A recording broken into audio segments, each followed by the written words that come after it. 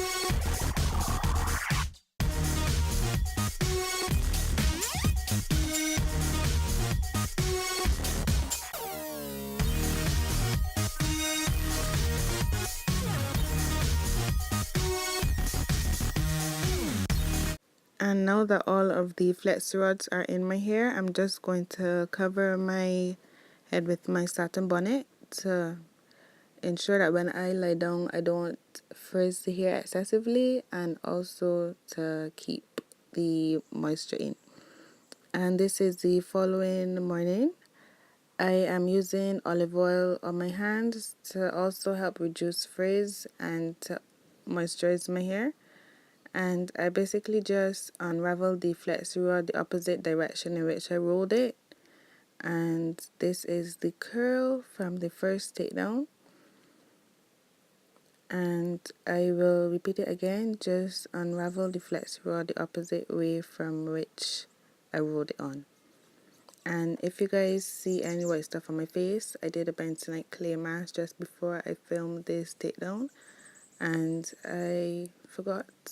Well, I didn't forget, I didn't realize that I still had some on my face, and that seems to be an occurrence after I take off all my face masks, so just bear with me. But I'm going to speed up this takedown so that you guys can see the curls, because that's what you're here for.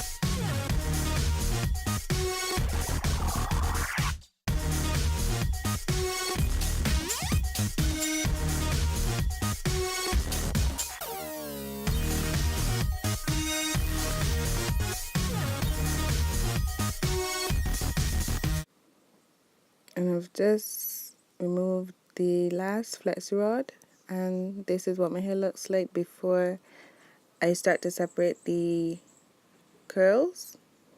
It's just some thick bouncy curls.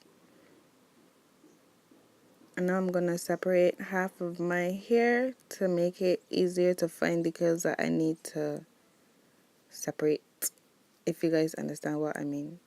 And I'm going to be applying some more olive oil to my hands just to help reduce frizz.